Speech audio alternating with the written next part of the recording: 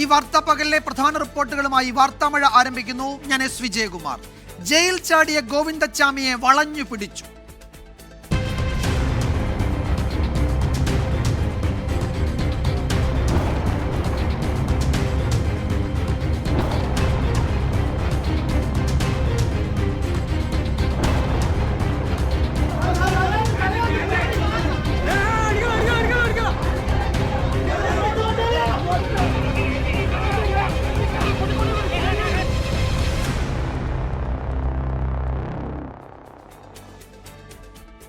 കണ്ണൂരിൽ ജയിൽ ചാടിയ കൊടും കുറ്റവാളി ഗോവിന്ദച്ചാമി പിടിയിലായി.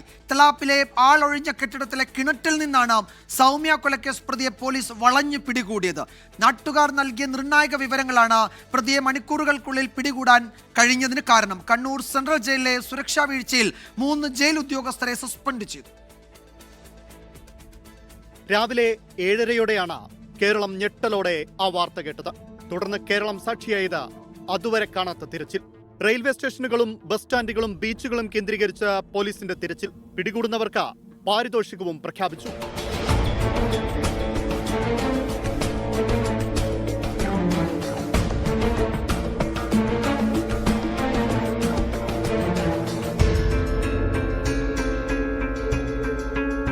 ഗോവിന്ദച്ചാമി ജയിൽ ചാടിയ ശേഷമുള്ള ആദ്യ ദൃശ്യങ്ങൾ പുറത്തു വന്നു.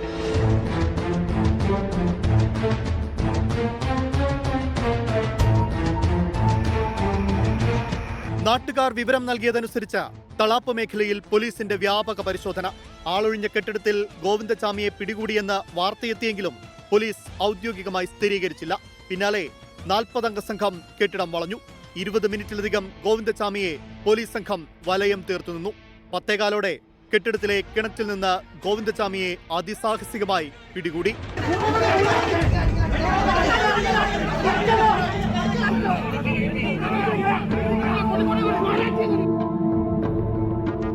News desk 24.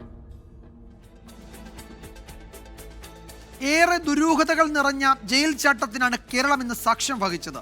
കണ്ണൂർ അതീവ സുരക്ഷാ ജയിലിലെ കമ്പി മുറിച്ചതു മുതൽ 4 ആൾ പൊക്കമുള്ള മതിൽ ചാടിയതുവരെ ഒട്ടേറെ ചോദ്യങ്ങൾക്ക് അധികൃതർ മറുപടി നൽകേണ്ടി വരും.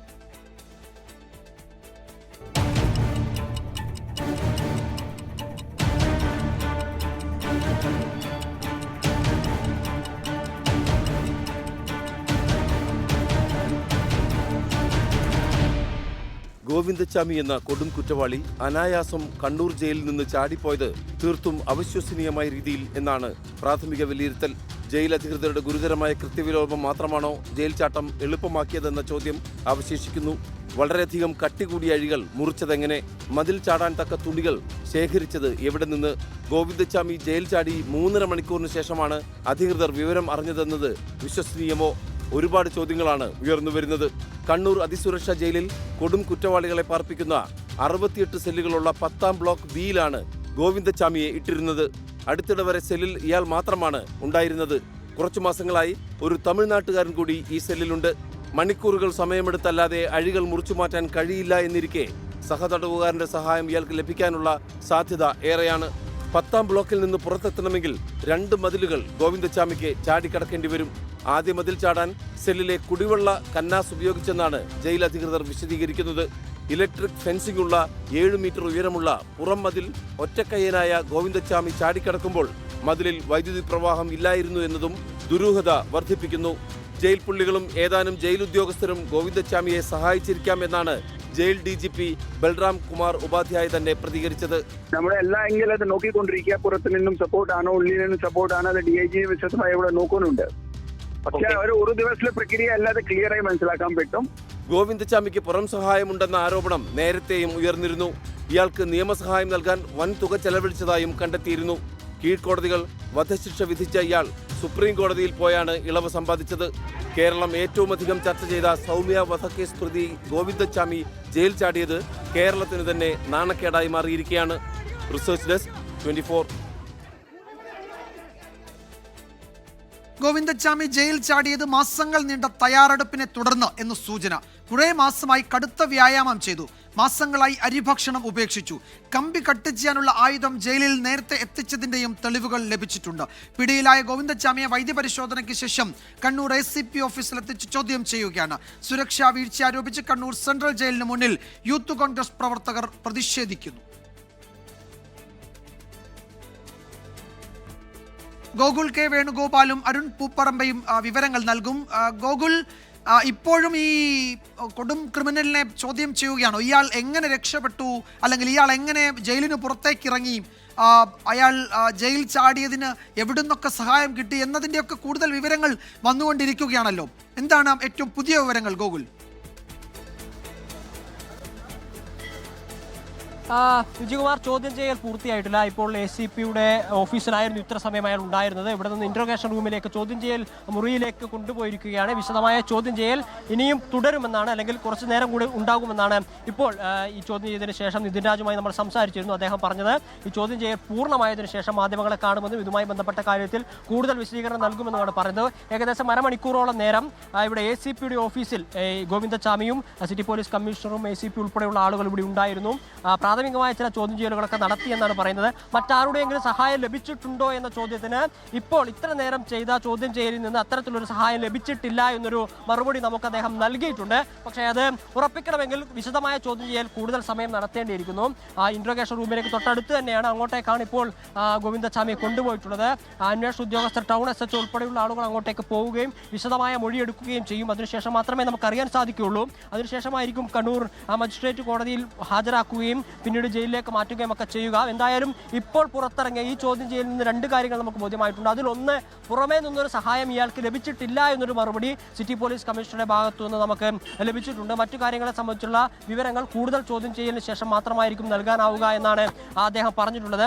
ഇത്തരത്തിൽ പുറമേ നിന്നൊരു സഹായം ലഭിച്ചിട്ടില്ലെങ്കിൽ നമ്മുടെ ചില ആശങ്കകളും ചോദ്യങ്ങളും ഒക്കെ കൂടുതൽ വലുതാവുകയാണ്. കാരണം ഒരാൾക്ക് എത്ര നാൾ ഇത്തരത്തിലുള്ള ഒരു ആസൂത്രണം നടത്തിയാൽ ഈ ജയിലിന്റെ സെല്ല് മുറിക്കുകയും അല്ലെങ്കിൽ മതിൽ ചാടിക്കടക്കാനൊക്കെ സാധിക്കുമെന്നൊരു ചോദ്യം പ്രധാനമായിട്ടും ഉയർന്നു കേൾക്കുന്നുണ്ട്. അതോടൊപ്പം തന്നെ ഈ ഉദ്യോഗസ്ഥരുടെ അവരുടെ ജോലിയിൽ അവർക്ക് സംഭവിച്ചിട്ടുള്ള വീഴ്ചയെ സംബന്ധിച്ച ചോദ്യം പ്രധാനമായിട്ടും ഉയർന്നു വരുന്നുണ്ട്. കാരണം ഈ ഗോവിന്ദച്ചാമിക്ക് ശാരീരികമായിട്ടുള്ള അവസ്ഥകളുള്ള വ്യക്തിയാണ്. അയാൾക്ക് ഒരു കൈ മാത്രമേ ഉള്ളൂ, നമുക്കറിയാം. ഈ ഒരു കൈ ഉപയോഗിച്ചുകൊണ്ട് ഇത്രത്തോളം നാളുകൾ പണിപ്പെട്ടിട്ടാണ് ഇയാൾ ഈ രീതിയിലുള്ള പരിശ്രമം നടത്തിയത് എന്നത് ആശങ്ക വർദ്ധിപ്പിക്കുന്ന ഒരു കാര്യമാണ്. അല്ലെങ്കിൽ എന്തു തരത്തിലുള്ള ജോലിയായിരുന്നു അവിടെ ജയിലിനകത്ത് ഉദ്യോഗസ്ഥർ ചെയ്തിട്ടുള്ളത്, അല്ലെങ്കിൽ വാർഡന്മാർ ചെയ്തിട്ടുള്ളത് എന്നൊരു ചോദ്യം മുന്നിലേക്ക് ഉയർത്തുന്ന ഒരു കാര്യം തന്നെയാണ്. അതിനൊക്കെ ഉത്തരം ലഭിക്കേണ്ടിയിരിക്കുന്നു. എന്തായാലും ചോദ്യം ചെയ്യൽ പൂർത്തിയായിട്ടില്ല. തൊട്ടടുത്ത് ഉള്ള ബിൽഡിങ്ങിൽ വെച്ചിട്ടാണ് ചോദ്യം ചെയ്യൽ ഇനി തുടരുക. അതിനായിട്ട് ഗോവിന്ദച്ചാമി ഇവിടെ നിന്ന് അങ്ങോട്ടേക്ക് കൊണ്ടുപോയിട്ടുണ്ട്. ഇന്ന് വൈകുന്നേരത്തോടു കൂടി തന്നെ അയാളെ കോടതിയിൽ ഹാജരാക്കുമെന്നൊരു വിവരമാണ് ലഭിക്കുന്നത്. എന്തായാലും അതിനിടയിൽ അന്വേഷണ ഉദ്യോഗസ്ഥരുടെ ഒരു മറുപടി ഇതുമായി ബന്ധപ്പെട്ട് എന്തൊക്കെയാണ് കാര്യങ്ങൾ മനസ്സിലാക്കുന്നത്. ഗോകുലിലേക്ക് വരാം. അരുൺ പൂപ്പറമ്പ ചേരുന്നുണ്ട് ഇപ്പോൾ വിവരങ്ങളുമായി. അരുൺ, ചില പ്രധാനപ്പെട്ട കാര്യങ്ങൾ അരുൺ സൂചിപ്പിക്കുന്നുണ്ട്. സെല്ലിന്റെ കമ്പികൾ നേരത്തെ തന്നെ ഇയാൾ മുറിച്ചു തുടങ്ങി. ജയിൽ അധികൃതർക്ക് മനസ്സിലാകാതിരിക്കാൻ ഇയാൾ കമ്പിയിൽ നൂൽ കെട്ടിവെച്ചു. മുറിച്ചത് സെല്ലിന്റെ കമ്പിയുടെ താഴ്ഭാഗമാണ്. ജയിൽ മോചിതരായവരുടെ തുണികൾ ശേഖരിച്ചാണ് ഇയാൾ ഈ തുണികൾ കൊണ്ടൊരു വടം ഉണ്ടാക്കിയത്. കുളിക്കാനുള്ള വെള്ളം ശേഖരിക്കുന്ന ടാങ്ക് വഴി ക്വാറന്റൈൻ ബ്ലോക്കിലെത്തി. തുടർന്ന് പ്ലാസ്റ്റിക് ഡ്രമ്മിന്റെ മുകളിൽ കയറി ഫെൻസിങ്ങിന്റെ തൂണിൽ കുടുക്കിയിട്ട് ഇയാൾ പുറത്തിറങ്ങി. ചോദ്യം ചെയ്യലിൽ ലഭിച്ച വിവരങ്ങളാണ്. ഞാൻ അരുണിലേക്കും ഗൂഗിളിലേക്കും വരുന്നതിന് മുമ്പ് ഇപ്പോൾ സുകുമാരൻ ഞാങ്ങാട്ടരി എന്നൊരാൾ ടെലിഫോൺ ലൈനിലുണ്ട്. ഈ സുകുമാരൻ ഞാങ്ങാട്ടരി ഈ ജയിലിൽ 5 വർഷത്തോളം കഴിഞ്ഞിട്ടുള്ള ഒരു അന്തേവാസിയായിരുന്നു എന്നാണ് ഞാൻ മനസ്സിലാക്കുന്നത്. സുകുമാരൻ ഒരുപക്ഷെ എന്താണ് കണ്ണൂർ ജയിലിലെ ആ സമയത്തെ സാഹചര്യം എന്ന് പറയാൻ കഴിയും എന്ന് ഞാൻ പ്രതീക്ഷിക്കുന്നു. ശ്രീ സുകുമാരൻ, താങ്കൾ ഏത് സമയത്താണ് അവിടെ അന്തേവാസിയായിരുന്നത്? ഇപ്പോൾ ഈ കേൾക്കുന്ന കാര്യങ്ങൾ, അതായത് ജയിലിന്റെ ഈ പറയുന്ന സെല്ലിന്റെ കമ്പി മുറിക്കുക, അവിടെ അന്തേവാസികളുടെ തുണികൾ ഉപയോഗിച്ച് കുടുക്കുണ്ടാക്കി ഒരു വടം ആക്കുക, അതുപോലെ ഈ ടാങ്ക് വഴി വലിയ ഒരു ഈ ഡ്രം ഉണ്ടാക്കി ആ ഡ്രമ്മിന് മുകളിൽ നിന്ന് താഴേക്ക് ചാടാൻ കഴിയുക, ഇതൊക്കെ ആരുടെയെങ്കിലും സഹായം അകത്തുനിന്ന് കിട്ടാതെ പറ്റുന്ന കാര്യമാണോ? താങ്കൾക്കറിയാമല്ലോ അവിടുത്തെ സാഹചര്യങ്ങൾ. ഒരിക്കലും ഒരാളുടെ സഹായം ഇല്ലാതെ പുറത്തേക്ക് പോകാനുള്ള ഇതുണ്ടാവില്ല സാറേ. ഒന്നാമത്തെ കാര്യം അത്. രണ്ടാമത്തെ കാര്യം എന്ന് പറഞ്ഞത്, ഇദ്ദേഹം കിടക്കുന്നത് 10ാം ബ്ലോക്കിലാണ്. അതെ, 10ാം ബ്ലോക്ക് എന്ന് പറഞ്ഞത് തന്നെ ജയിലിന്റെ ഉള്ളിലെ ജയിലാണ്. അത് കുറച്ചുകൂടി സെക്യൂരിറ്റി ടൈറ്റ് ആണ് അവിടെ, അല്ലേ? സെക്യൂരിറ്റി ടൈറ്റ് ആണ്. അതായത് കൊടും കുറ്റവാളികളെ താമസിക്കുന്ന ഒരു ജയിലാണ്. അതിനകത്ത് ആ ജയിലിനകത്ത് കിടക്കുന്ന മറ്റുള്ള അന്തേവാസികൾക്കോ ആർക്കും അതിനകത്ത് കയറാൻ പറ്റത്തില്ല. ഉദ്യോഗസ്ഥർക്ക് മാത്രമേ കയറാൻ പറ്റത്തുള്ളൂ. അഥവാ എന്തെങ്കിലും ആവശ്യം കയറേണ്ടി വന്നാൽ തന്നെ അത് സൂപ്രണ്ടിന്റെയോ അത് ബന്ധപ്പെട്ട അധികാരികളുടെ ഒരു ലെറ്റർ ഉണ്ടെങ്കിലേ നമുക്കൊക്കെ അതിനകത്ത് കയറാൻ പറ്റത്തുള്ളൂ. ഇതില് സുകുമാരൻ ഇത് കണ്ടോ, ഇവിടെ ഇപ്പോ ഇതിന്റെ താഴ്ഭാഗത്തുനിന്ന് സെല്ലിന്റെ കമ്പിയുടെ താഴ്ഭാഗം മുറിച്ചു മാറ്റുക, അത് കാണാതിരിക്കാൻ നൂലുകൊണ്ട് കെട്ടിവെക്കുക, അത് മുറിക്കാനുള്ള ബ്ലേഡൊക്കെ അയാൾക്ക് കിട്ടണം. പിന്നെ ഈ മറ്റ് അന്തേവാസികളുടെ തുണികൾ കൊണ്ടൊരു കയറുണ്ടാക്കുക, അതുവഴി ഊർന്നിറങ്ങുക. അതിലേറ്റവും പ്രധാനപ്പെട്ടത് ഇലക്ട്രിക് ഫെൻസിങ്ങിൽ ആ സമയത്ത് വൈദ്യുതി പ്രവഹിച്ചിരുന്നില്ല. സാധാരണ എപ്പോഴും അതിലൂടെ വൈദ്യുതി പ്രവഹിക്കുന്നതല്ലേ? സെല്ലിൽ കിടക്കുന്ന റൂമിലാണ്. അല്ലല്ല, സെല്ലിന്റെ മതിലിന് മുകളിലൂടെ ഇലക്ട്രിക് ഫെൻസിങ് ഉണ്ടല്ലോ. അതില് പരമാവധി ഇലക്ട്രിക്കൽ ഉണ്ടാവുന്ന പറഞ്ഞ കേട്ടിട്ടുള്ളത്. അല്ല, അപ്പോ അത് ഇല്ലാതെ വരുന്നതൊക്കെ ആദ്യം സഹായം ഇല്ലാതെ ഒരിക്കലും ഇത് എന്താ ചെയ്യാ പുറത്ത് ചാടാൻ പറ്റില്ല. പിന്നെ പോരാത്തിന് നിങ്ങളുടെ കൊടും കുറ്റവാളികൾക്ക് ജോലി കൊടുക്കാറില്ല. അദ്ദേഹത്തിന് കുറച്ച് സ്വാതന്ത്ര്യം കാര്യങ്ങളൊക്കെ അവിടെ ഉണ്ടായിരുന്നു. സ്വാതന്ത്ര്യം വെച്ചാൽ പുറത്ത് ഇറങ്ങാൻ, ആ സെല്ലിൽ നിന്ന് പുറത്തേക്ക് ഇറങ്ങാൻ പറ്റില്ലായിരുന്നു. 10-ാം ബ്ലോക്കിൽ നിന്ന് പുറത്തേക്ക് ഇറങ്ങാൻ പറ്റില്ലായിരുന്നു. പുറത്തുനിന്നൊക്കെ പലവട്ടം നമ്മൾ കണ്ടിട്ടുണ്ട്.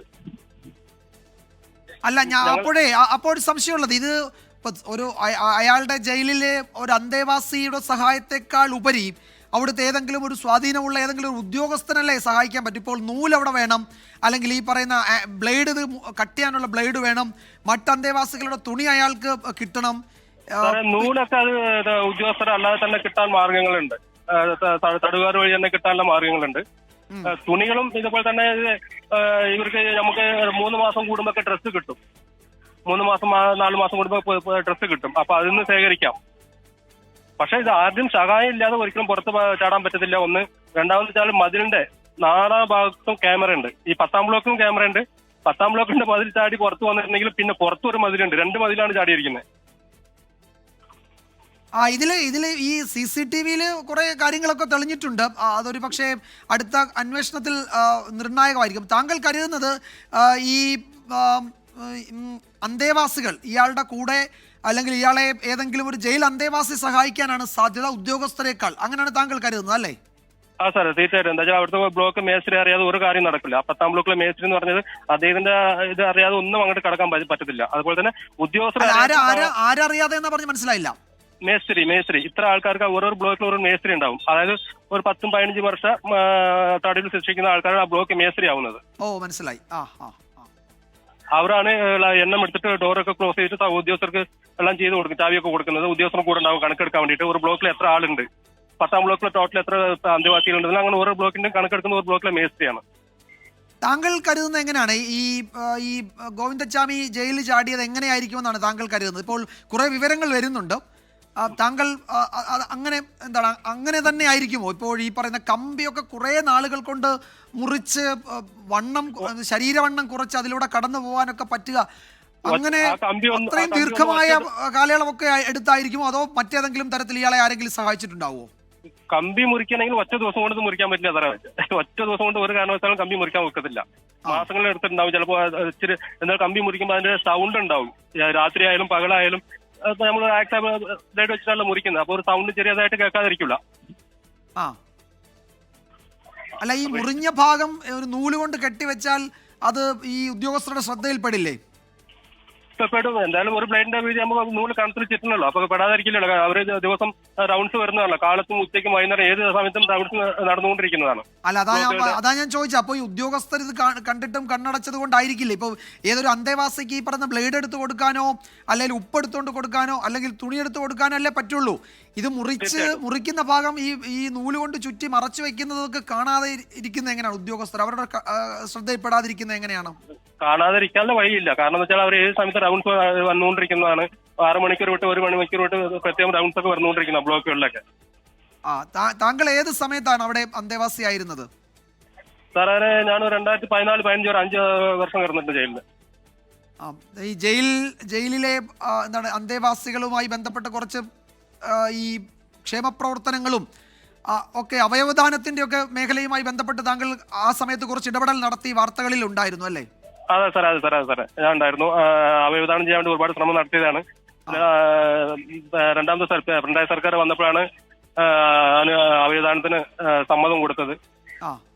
അവയവദാനം ചെയ്യുകയും ചെയ്തു. പുറത്തിറങ്ങിയ ശേഷം കിഡ്നി ദാനം ചെയ്യുകയും ചെയ്തു. കിഡ്നി ദാനം ചെയ്തു അല്ലേ? ദാനം ചെയ്തു. ശരി.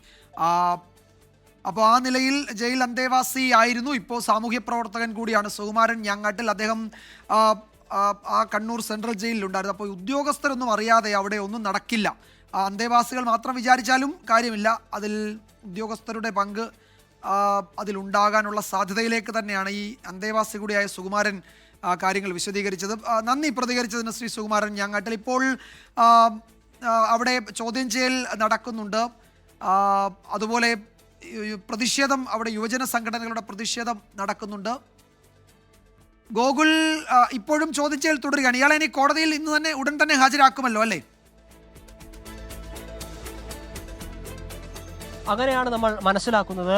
പോലീസുമായിട്ട് സംസാരിക്കുന്ന സമയത്ത് ഇന്ന് തന്നെ അതുണ്ടാകുമെന്നാണ് മനസ്സിലാക്കുന്നത്. എന്തായാലും അതിനു മുമ്പ് ഈ പറഞ്ഞ ചില ചോദ്യങ്ങളുടെ സംശയങ്ങളുടെയൊക്കെ ഉത്തരം കണ്ടെത്തേണ്ടിയിരിക്കുന്നു. ചില പ്രാഥമികമായ വിവരങ്ങളൊക്കെ പുറത്തു വരുന്നുണ്ട്. പക്ഷേ എല്ലാമൊന്നും പോലീസ് വിശ്വസിച്ചിട്ടില്ല. ഈ പറഞ്ഞതുപോലെ കമ്പി, ഈ ജയിൽ സെല്ലിൻ്റെ കമ്പി നേരത്തെ മുറിച്ച് തുടങ്ങിയിരുന്നു എന്നൊരു വിവരം നമുക്ക് ലഭിക്കുന്നുണ്ട്. ആ സംശയം നമുക്ക് നേരത്തെ തന്നെ ഉണ്ടായിരുന്നു. നമുക്ക് നേരത്തെ മനസ്സിലായിരുന്നു വളരെ പെട്ടെന്ന് ഒരു ദിവസം ഒരു 1-2 മണിക്കൂർ കൊണ്ട് മുറിച്ചു തീർക്കാൻ സാധിക്കില്ല. പക്ഷേ അങ്ങനെ ചെയ്യുമ്പോഴും ഉദ്യോഗസ്ഥരുടെയൊക്കെ ശ്രദ്ധയിൽ ഈ കാര്യം പെടേണ്ടതായിരുന്നില്ല എന്നൊരു സംശയവും വരുന്നുണ്ട്. അത് ഉദ്യോഗസ്ഥരുടെ ഭാഗത്ത് സംഭവിച്ചിട്ടുള്ള വീഴ്ചയാണ്. എവിടെ നിന്നാണ് ഈ കമ്പി മുറിക്കാനുള്ള ആയുധം ഇയാൾ സംഘടിപ്പിച്ചത്? മറ്റെന്തെങ്കിലും സഹായങ്ങളൊക്കെ ലഭിച്ചിരുന്നോ എന്ന ചില ചോദ്യങ്ങളൊക്കെ ഉയർന്നിരുന്നു. അതുമായി ബന്ധപ്പെട്ട ചോദ്യം ചെയ്യലുകളൊക്കെയാണ് ഇപ്പോൾ നടന്നുകൊണ്ടിരിക്കുന്നത്. ആ ചോദ്യങ്ങൾക്കാണ് ഉത്തരം കണ്ടെത്തേണ്ടതും.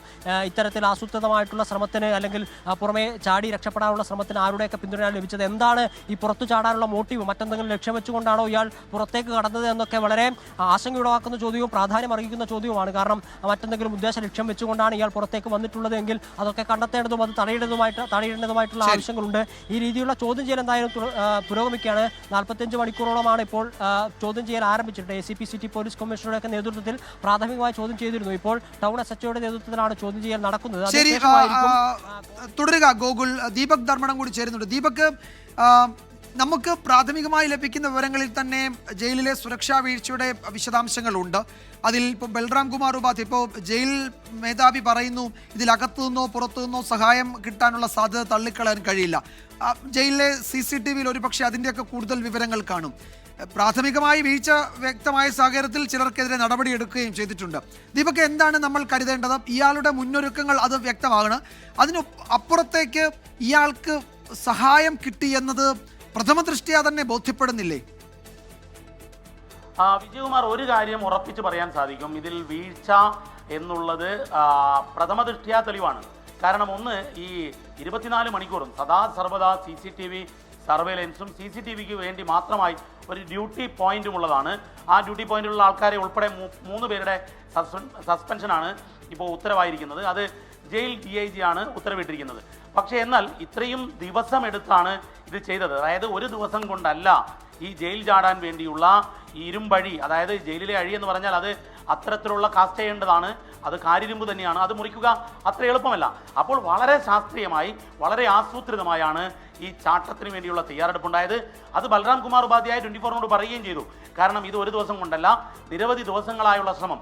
ഈ ദിവസങ്ങളായുള്ള ശ്രമം എന്തുകൊണ്ട് ജയിലിനകത്തെ ജയിലായ 10B-യിലെ ഗോവിന്ദച്ചാമിയുടെ ശ്രമങ്ങൾ അറിയാതെ പോയി എന്നുള്ളത് ഗുരുതരമായ വീഴ്ചയാണ്. ഇപ്പോൾ പ്രാഥമികമായ പരിശോധനയിൽ ഇപ്പോൾ 3 പേരെ സസ്പെൻഡ് ചെയ്തു. നമുക്ക് ലഭ്യമാകുന്ന വിവരമനുസരിച്ച് ഒരു ഉന്നത ഉദ്യോഗസ്ഥനെ കൂടി വൈകിട്ടോടെ സസ്പെൻഡ് ചെയ്യും എന്നുള്ളതാണ്. അതായത് സൂപ്രണ്ട് തലത്തിലേക്ക് നടപടികളിലേക്ക് കടക്കും. അത് ജയിൽ മേധാവി തന്നെ ആ ഉത്തരവ് വൈകിട്ടോടെ ഇറക്കും എന്നുള്ളതാണ് നമുക്ക് ലഭ്യമാകുന്ന സൂചന. പക്ഷേ എന്നാൽ അതിനേക്കാൾ അപ്പുറത്തേക്ക് കഴിഞ്ഞ കുറേ ദിവസങ്ങളായി ഇയാൾക്ക് ഈ സഹായം ലഭിക്കണം. മാത്രവുമല്ല, ഈ സെല്ലിൽ നിരന്തരമായ പരിശോധന നടത്തേണ്ട സെല്ലാണ്.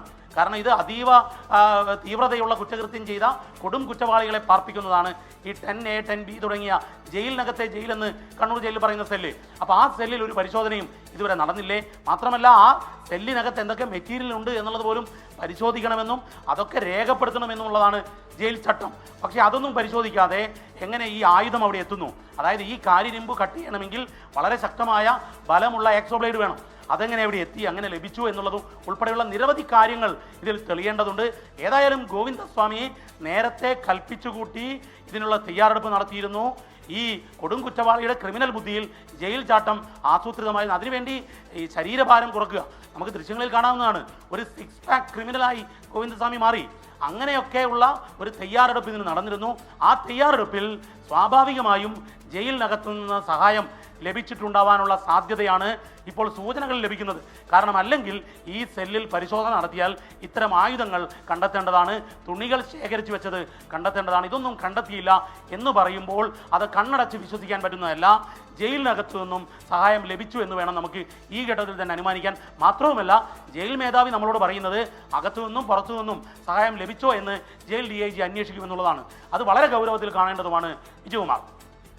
യെസ്, അരുൺ പൂപ്പറമ്പ വിവരങ്ങളുമായി ചേരുന്നുണ്ട്. അല്പസമയത്തിനകം ഇയാളെ കോടതിയിൽ ഹാജരാക്കും. അരുൺ പൂപ്പറമ്പ അതിന്റെ വിവരങ്ങൾ നൽകും. അരുൺ, ചോദ്യം ചെയ്യലിന് ശേഷം കോടതിയിൽ ഹാജരാക്കും. ഒരു കേസ് കൂടി രജിസ്റ്റർ ചെയ്തിട്ടുണ്ട്. അതൊക്കെ നടപടിക്രമങ്ങളുടെ ഭാഗമാണ്. പക്ഷേ അരുൺ, നമുക്കറിയേണ്ടത് അതീവ സുരക്ഷ ഉള്ള ജയിലിനകത്തെ ഒരു ജയിലായ ഈ ബ്ലോക്കിൽ ഇയാൾ ഇത്രയും നാളായി നടത്തിയ മുന്നൊരുക്കങ്ങൾ, അതിനുവേണ്ടി വസ്തുവകകൾ ശേഖരിച്ചു വെക്കുക, ഏറ്റവും പ്രധാനപ്പെട്ടത് ഒരു ശബ്ദവും കേൾക്കാതെയാണോ ഇയാൾ ഈ ജയിലിലെ ഈ ഇരുമ്പ് അഴി മുറിച്ചു മാറ്റിയത്? അയാൾ ചോദ്യം ചെയ്യലിൽ ചില കാര്യങ്ങൾ പറഞ്ഞിട്ടുണ്ടെന്ന് ആരോട് റിപ്പോർട്ട് ചെയ്തല്ലോ.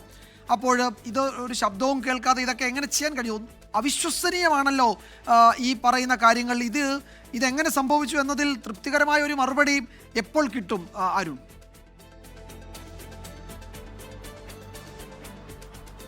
അതിനായി കമ്മീഷൻ ഉൾപ്പെടെയുള്ള സംഘത്തിന്റെ നേതൃത്വത്തിലാണ്, അവരുടെ മേൽനോട്ടത്തിലാണ് നിലവിൽ കണ്ണൂരിലെ ക്രൈംബ്രാഞ്ച് ഓഫീസിൽ ഈ ചോദ്യം ചെയ്യൽ തുടർന്നുകൊണ്ടിരിക്കുന്നത്. കണ്ണൂർ ACP ഓഫീസിലായിരുന്നു ഗോവിന്ദച്ചാമി ഉണ്ടായിരുന്നത്. അവിടെ നിന്ന് വിശദമായ ചോദ്യം ചെയ്യലിന് വേണ്ടി ഞാനിപ്പോൾ നിൽക്കുന്ന ഈ ക്രൈംബ്രാഞ്ച് ഓഫീസിലേക്ക് ഗോവിന്ദച്ചാമിയെ കൊണ്ടുവന്നിട്ടുണ്ട്. ഈ ചോദ്യം ചെയ്യലിൽ ഇപ്പോൾ വിജയകുമാർ സൂചിപ്പിച്ചതുപോലെ അവിശ്വസനീയമായ ഒരു നമുക്ക് ഒറ്റ നോട്ടത്തിൽ വിശ്വസിക്കാൻ കഴിയാത്ത ചില വിവരങ്ങൾ ഈ ചോദ്യം ചെയ്യലിൽ ഗോവിന്ദച്ചാമി സമ്മതിക്കുന്നു അല്ലെങ്കിൽ പറയുന്നു എന്നതാണ്, മൊഴിയായി നൽകുന്നു എന്നതാണ് നമുക്കിപ്പോൾ ലഭിക്കുന്ന വിവരം. നേരത്തെ തന്നെ ഈ സെല്ലിൻ്റെ കമ്പികൾ, അതായത് 10ാം ബ്ലോക്കിലെ B സെല്ലിൻ്റെ കമ്പികൾ മുറിച്ചു മാറ്റുന്നതിന് വേണ്ടിയിട്ടുള്ള ശ്രമങ്ങൾ തുടങ്ങിയിരുന്നു. അത് ജയിൽ അധികൃതർ മനസ്സിലാകാതിരിക്കുന്നതിന് വേണ്ടി കമ്പിയിൽ നൂൽ കെട്ടിവെച്ചു. ഈ നൂൽ കെട്ടിവെച്ച ഘട്ടത്തിൽ ഒരു സമയത്ത് ഒരു ജയിൽ വാർഡൻ ഈ ഗോവിന്ദച്ചാമിയോട് ഇത് ചോദിച്ചിരുന്നു. ഈ നൂൽ കെട്ടിവെച്ചത് എന്താണെന്ന് ചോദിച്ചപ്പോൾ അത് എലി വരുന്നത് കൊണ്ടാണ് എന്നാണ് മറുപടി നൽകിയതെന്നാണ് ഇപ്പോൾ ലഭിക്കുന്ന വിവരം. അങ്ങനെ അത് ആ ജയിൽ വാർഡൻ വിശ്വസിച്ചു എന്നതും വളരെ അവിശ്വസനീയമാണ്. അതിനുശേഷം ഈ മുറിച്ചത് സെല്ലിൻ്റെ കമ്പിയുടെ താഴ്ഭാഗമാണെന്ന് ഈ ചോദ്യം ചെയ്യലിൽ ഇയാൾ പറഞ്ഞിട്ടുണ്ട്. അതോടൊപ്പം ഈ ജയിൽ മോചിതരായവിടെ തുണികൾ ശേഖരിച്ച് നേരത്തെ തന്നെ വെച്ചു. അത് ഈ സെല്ലിലുണ്ടായിരുന്നു. അത് ഈ മതിൽ മറികടക്കും, ജയിൽ മതിൽ മറികടക്കുന്നതിന് വേണ്ടിയിട്ടുള്ള ശ്രമങ്ങളാണ്. അതിനുവേണ്ടിയാണ് ആ തുണികൾ ശേഖരിച്ചു വെച്ചത്. ജയിൽ മോചിതരായവിടെ തുണികൾ ശേഖരിച്ചു വെച്ചു. കുളിക്കാനുള്ള വെള്ളം ശേഖരിക്കുന്ന ഈ ടാങ്ക് ഉപയോഗിച്ചാണ് ഈ ക്വാറന്റൈൻ ബ്ലോക്കിലേക്ക് ഇയാൾ ഇത് മറികടന്ന് എത്തിയത്. അതിനുശേഷം ഈ തുടർന്ന് പ്ലാസ്റ്റിക് ഡ്രമ്മിൻ്റെ മുകളിൽ കയറി നമുക്കറിയാം വലിയ 7.5 മീറ്റർ ഉയരത്തിലുള്ള ആ മതിലിൻ്റെ മുകളിലുള്ള ഇലക്ട്രിക് ഫെൻസിങ്ങിൽ ഇയാൾ ഈ തുണി അവിടെ കെട്ടുന്നു. ആ കെട്ടിവച്ചതിന് ശേഷമാണ് ഇയാൾ ഈ ഫെൻസിങ് മറികടന്ന് ഈ പാതയിലേക്ക്, ദേശീയപാതയിലേക്ക് ഇയാൾ ഈ മതിൽ ചാടിക്കടന്ന് എത്തിയത്. സത്യത്തിൽ അവിശ്വസനീയം തന്നെയാണ്. ഇയാൾ അതെങ്ങനെ സാധിച്ചെടുത്തു? ഇതിനിടയിൽ ഇപ്പോൾ നേരത്തെ സൂചിപ്പിച്ചതുപോലെ തന്നെ ആ ജയിൽ പരിസരം, പ്രത്യേകിച്ച് ഈ 10ാം ബ്ലോക്കിൻ്റെ പരിസരം മുഴുവൻ CCTV നിരീക്ഷണത്തിലുള്ളതാണ്. രാത്രി സമയത്ത് അവിടെ ഈ ജയിൽ വാർഡന്മാരുടെ നിരീക്ഷണം ഉണ്ടാവേണ്ടതാണ്. അപ്പോൾ ഇതൊക്കെ മറികടന്ന് ഈ CCTV വലയങ്ങളും രാത്രി ഡ്യൂട്ടിയിലുള്ള ജയിൽ വാർഡന്മാരുടെ സുരക്ഷാ സംവിധാനങ്ങളെല്ലാം മറികടന്ന് ഈ അമാനുഷിക ശക്തിയോടെ ഇയാൾ ഇത് മറികടന്നു എന്ന് പറയുമ്പോൾ ജയിലിനകത്ത് മറ്റെന്തെങ്കിലും സഹായം ലഭിച്ചിട്ടുണ്ടോ എന്ന ഒരു സംശയം തന്നെയാണ് എന്തായാലും ഉള്ളത്. മറ്റ് സഹായങ്ങൾ ലഭിച്ചിട്ടില്ല എന്ന് ഗോവിന്ദച്ചാമി ചോദ്യം ചെയ്യൽ പറയുമ്പോൾ അത് പോലീസ് ഏതെങ്കിലും തരത്തിൽ വിശ്വാസത്തിലെടുത്തിട്ടില്ല എന്നതാണ് നമുക്കിപ്പോൾ മനസ്സിലാക്കാൻ സാധിക്കുന്നത്. ഇവിടുത്തെ ചോദ്യം ചെയ്യുന്ന ഉന്നത പോലീസ് ഉദ്യോഗസ്ഥരുമായി സംസാരിക്കുമ്പോൾ അത് പൂർണ്ണമായും വിശ്വസിക്കാൻ കഴിയില്ല. ശരിയാണ്, അവിശ്വസനീയമാണ് ഈ കാര്യങ്ങളാകെ. ഇപ്പോൾ അരുൺ തന്നെ റിപ്പോർട്ട് ചെയ്തതുപോലെ ഈ ഇരുമ്പ് കമ്പി മുറിക്കുന്നതിനിടെ ശബ്ദം വരാതിരിക്കാൻ കുളിക്കാൻ ഉപയോഗിക്കുന്ന ആ സമയത്ത് അയാൾക്ക് കിട്ടുന്ന വെളിച്ചെണ്ണ അവിടെ തേച്ച് വെക്കുകയും അത് മുറിക്കുന്ന ഭാഗം തുണി വെച്ച് അത് കെട്ടി മറച്ചു വെക്കുകയും ചെയ്യുന്നു എന്നാണ് പറയുന്നത്. അപ്പോൾ ഈ ഉന്നത ഉദ്യോഗസ്ഥരൊക്കെ അതീവ സുരക്ഷ, ജയിലിനകത്തെ പ്രത്യേക ജയിലാണ് ഇയാളെ പാർപ്പിച്ചിരിക്കുന്നത്. അവിടെ പരിശോധനയ്ക്ക് എത്തുന്നില്ലേ അവിടെ ഒരു തരത്തിലുള്ള പരിശോധനയും ഉണ്ടാകുന്നില്ലേ? ഈ വെളിച്ചെണ്ണ തേക്കുമ്പോഴും ഒട്ടും ശബ്ദം പുറത്തു വരാതിരിക്കുമോ? അങ്ങനെ ഒത്തിരി ചോദ്യങ്ങളുണ്ട്. അപ്പോൾ ഇയാൾക്ക് സഹായം കിട്ടിയിട്ടുണ്ടാകാനുള്ള സാധ്യതയിലേക്ക് തന്നെയാണ് അത് വിരൽ ചൂണ്ടുന്നത്. അതിന്റെ വിവരങ്ങൾ കൂടുതൽ വരാനിരിക്കുന്നതേ ഉള്ളൂ. നമ്മൾ ജയിൽ ചാടിയ കൊടും ക്രിമിനൽ ഗോവിന്ദച്ചാമിയെ പിടികൂടുന്നതിൽ നിർണായകമായത് നാട്ടുകാരുടെ ഇടപെടൽ. 3 പേർ കൃത്യമായി വിവരം നൽകിയതിനാൽ മണിക്കൂറുകൾക്കകം പ്രതിയെ പിടികൂടാൻ സാധിച്ചുവെന്ന് സിറ്റി പോലീസ് കമ്മീഷണർ പറഞ്ഞു. രാവിലെ 9 മണിയോടെയാണ് ഗോവിന്ദച്ചാമിയുമായി രൂപസാദൃശ്യമുള്ളയാളെ കണ്ടെന്ന് ദൃക്സാക്ഷി പോലീസിനെ വിവരമറിയിച്ചത്. തളാപ്പിലെ ചായക്കടയ്ക്ക് സമീപത്ത് നിന്നാണ് കണ്ണൂർ സ്വദേശിയായ വിനോജ ഗോവിന്ദച്ചാമിയെ കണ്ടത്. തുടർന്ന് വിനോദും മറ്റൊരു ഓട്ടോറിക്ഷ ഡ്രൈവർ സന്തോഷും ഇയാളെ പിന്തുടർന്നു. സംശയം തോന്നി ഇവർ ഗോവിന്ദച്ചാമി എന്ന് വിളിച്ചു. ഉടൻ തന്നെ മതിൽ ചാടിക്കടന്ന് രക്ഷപ്പെടുകയായിരുന്നു. ഉടനെ പോണ വഴിക്ക് സംശയം തോന്നിയപ്പോൾ ഞാൻ ഉടനെ സ്കൂട്ടർ സ്ലോ ആക്കി നിർത്തിയിട്ട് ഇദ്ദേഹം തൊട്ടടുക്കലുണ്ടായിരുന്നു. അപ്പോൾ അദ്ദേഹത്തോട് ചോദിച്ചു, ഇത് സംശയമാണ്, ഇത് ആരാണെന്ന് ചോദിച്ചു. ഗോവിന്ദച്ചാമിയാണോ സംശയം ഉണ്ടെന്ന് പറഞ്ഞു. ഞങ്ങൾ ഉടനെ തന്നെ സ്കൂട്ടർ തിരിച്ചു. അപ്പം നോക്കുമ്പോൾ ആൾ നടക്കുന്ന സ്പീഡ് കുറച്ച് കൂടിയിട്ടുണ്ട് ആളുടെ. അപ്പോൾ ഞാൻ വണ്ടിയും കൂടി ഇങ്ങനെ വരുന്നുണ്ട്. അപ്പോൾ ഇയാൾ ഗോവിന്ദച്ചാമി ഓടുന്നുണ്ട് പറഞ്ഞിട്ടുണ്ടെങ്കിൽ എൻ്റെ വണ്ടിയുടെ സ്റ്റാൻഡ് ബട്ടൺ തട്ടാൻ പറ്റുന്നില്ല. അങ്ങനെ വണ്ടി തിരിച്ച് വെച്ചിട്ട് ഞാൻ ഓടിയ ടൈമിന് അവിടെ കാൽ സ്ലിപ്പായിട്ട് വീണ ടൈമിനാണ് ഈ മതിലുള്ളിൽ പോകുന്ന കണ്ടത്. തുടർന്ന് പോലീസ് സ്ഥലത്തെത്തി പരിശോധന നടത്തി. ടിവിയിൽ കണ്ട പരിചയം തോന്നിയെങ്കിലും തലയിൽ തുണി കെട്ടിയിരുന്നുവെന്നും നാട്ടുകാർ വിവരം നൽകി. കള്ളി ഷർട്ടാണ് ധരിച്ചിരുന്നതെന്ന് ദൃക്സാക്ഷി പോലീസിന് വിവരം കൈമാറി. രക്ഷപ്പെടുന്ന സമയത്ത് കറുത്ത ഷർട്ടും പാന്റുമാണ് ഗോവിന്ദച്ചാമി ധരിച്ചിരുന്നതെന്ന വിവരം പോലീസ് പുറത്തുവിട്ടു.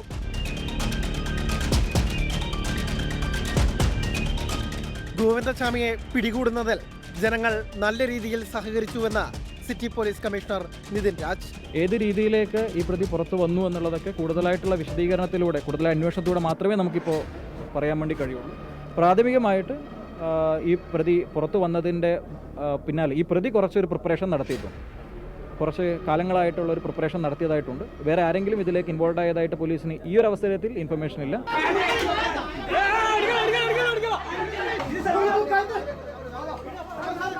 നാട്ടുകാരായ 3 പേർ കൃത്യമായ വിവരം കൈമാറിയതാണ് നിർണായകമായതെന്നും city police commissioner.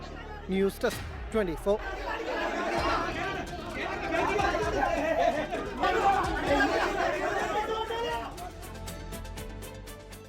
Govindachami jail ചാടി എന്ന വാർത്ത കേട്ടതോടെ പൊട്ടിക്കരഞ്ഞ് സൗമ്യയുടെ അമ്മ സുമതി. പിടിക്കപ്പെട്ടിട്ടില്ലെങ്കിൽ ഗോവിന്ദച്ചാമിയെ ജനം കൈകാര്യം ചെയ്തുകൊള്ളും എന്നായിരുന്നു സുമതിയുടെ 24-നോടുള്ള ആദ്യ പ്രതികരണം. മണിക്കൂറുകൾക്കകം പിടിക്കപ്പെട്ടു എന്ന വാർത്ത വന്നതോടെ നരാധമന് വധശിക്ഷ തന്നെ നൽകണമെന്ന് സുമതി ആവശ്യപ്പെട്ടു.